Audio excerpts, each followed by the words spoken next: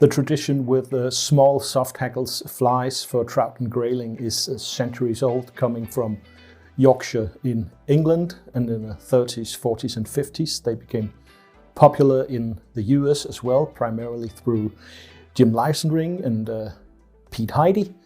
And I think especially from Leisenring and Heidi, they became popular in Sweden, where Gunnar and Anders Forsling published this book with tying methods and patterns. And from this book, I'm going to show you a very simple small fly called Emma, which is this one. And it's not a pattern as such, it's more a tying method or a design, so to speak. So let's take a look on how I tie this simple and very effective little fly. I'm tying this on the Ahrex Legacy North Country spider hook. Just use a tan tying thread. Attach that at the eye of the hook. This one is a size 14, and Gunnar recommends from size 10 up to a size, down to a size 20. It has a tail of hen hackle fibers.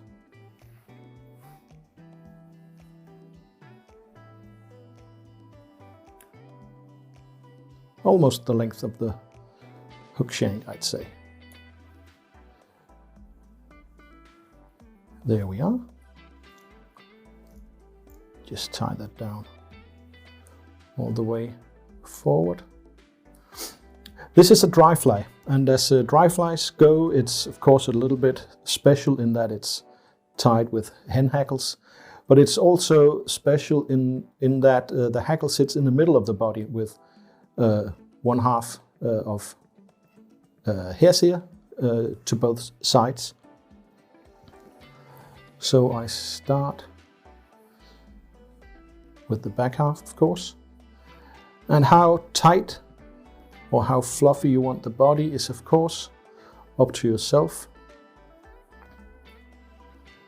I think often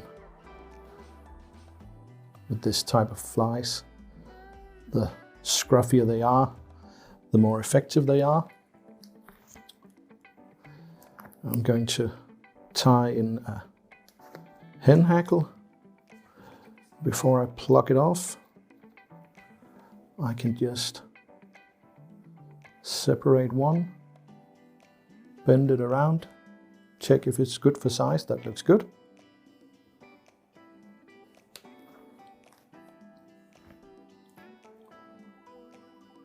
And now, of course, it's also a matter of choice, how dense you want this hackle.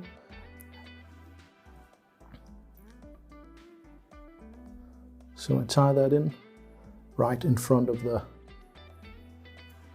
first half of the body.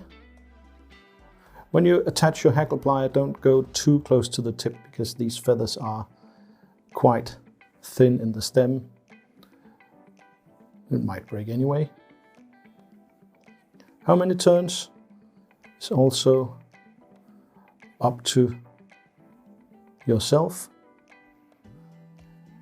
I don't know how many that was, but I think that looks good. Tie that off. Cut off the remaining feather if you have anything pointing forwards. Just make sure to clean that up.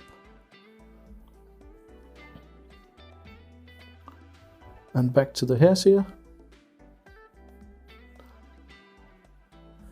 Gunnar actually recommends giving this fly some sort of floatant already at this point before you put it in the box. I don't do that to mine.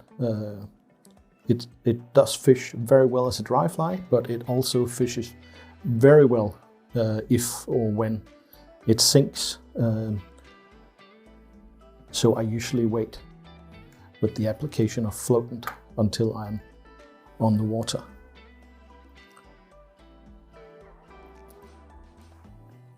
That's it, quick weight finish.